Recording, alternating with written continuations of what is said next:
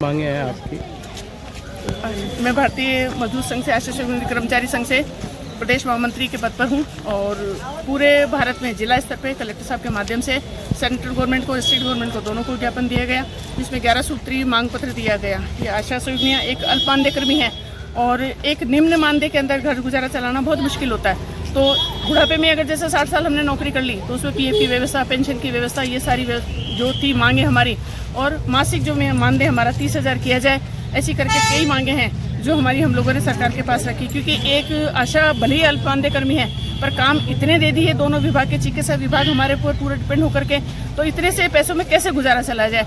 समय समय पे योजनाएं बदल दी जाती है, समय समय पे जो भी योजना धरातल पर उतारने के लिए केवल आशाओं के कंधों पर डाल दी जाती है। तो उसी के साथ में हमारे राज्य स्तर से भी हमने कई मांगे रखी कि जो 10% हमारा जो बढ़ाया था मानदेय की घोषणा करी थी, कार्यकर्ताओं को कर दिया था पर हमारा नहीं किया था।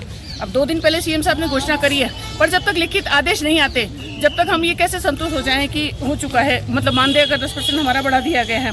ग्रेजुएटी की जो फाइल है कार्यकर्ताओं के लिए फोकस हो रही है, उसमें उसका वर्क हो रहा है, तो हमें वंचित क्यों किया जाता है। अभी इसी तरीके से जैसे पिछले साल भी आंगनबाड़ी कार्यकर्ताओं को 1100 रुपये राखी पे दिया जाता है, तो एक घर एक परिवार एक महिलाओं के साथ ऐसा दोहरा व्यवहार सरकार से अनुरोध है कि हमारा ना करे। आंगनबाड़ी कार्यकर्ताओं को भी अगर दिया जा रहा है तो आशा सहयोगिनी बहनों को भी 1100 रुपये जो राखी का होता है, क्योंकि सरकार के लिए समान होता है। एक सरकार चले जैसे सीएम साहब है, सीएम साहब जैसे पूरा प्रदेश जो देख रहे हैं उनके लिए सभी बहनें समान है।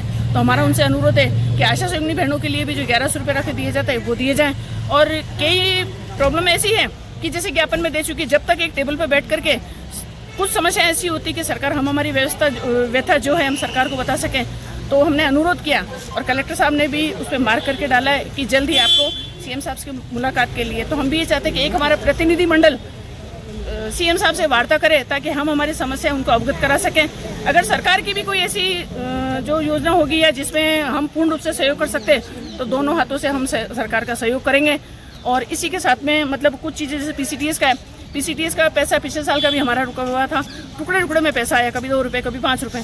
अभी अप्रैल से पीसीटीएस का ना तो पोर्टल खोला गया और अप्रैल से लेकर आज तक ऐसे त्यौहार आ गया, महिलाएं अपना घर परिवार कैसे चलाएं।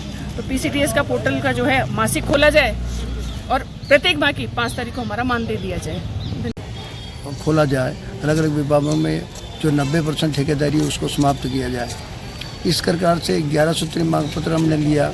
उस 11 सूत्री मांग पत्र के समर्थन में हम पूरे देशव्यापी आंदोलन के तहत आज यहाँ धरना प्रदर्शन और ज्ञापन के कार्यक्रम रखे। इसी निमित्त यहाँ पर सिरोही के कार्यकर्ताओं ने, विशेषकर आंगनबाड़ी की बहनें 1975 में एक स्कीम चली थी और उसको आज तक परमानेंट नहीं किया गया, इसलिए उन्हें राज्य कर्मचारी का दर्जा दिया जाए। मिड डे मील की बहनों को भी, मिड डे मील की बहनों को भी न्याय दिया जाए।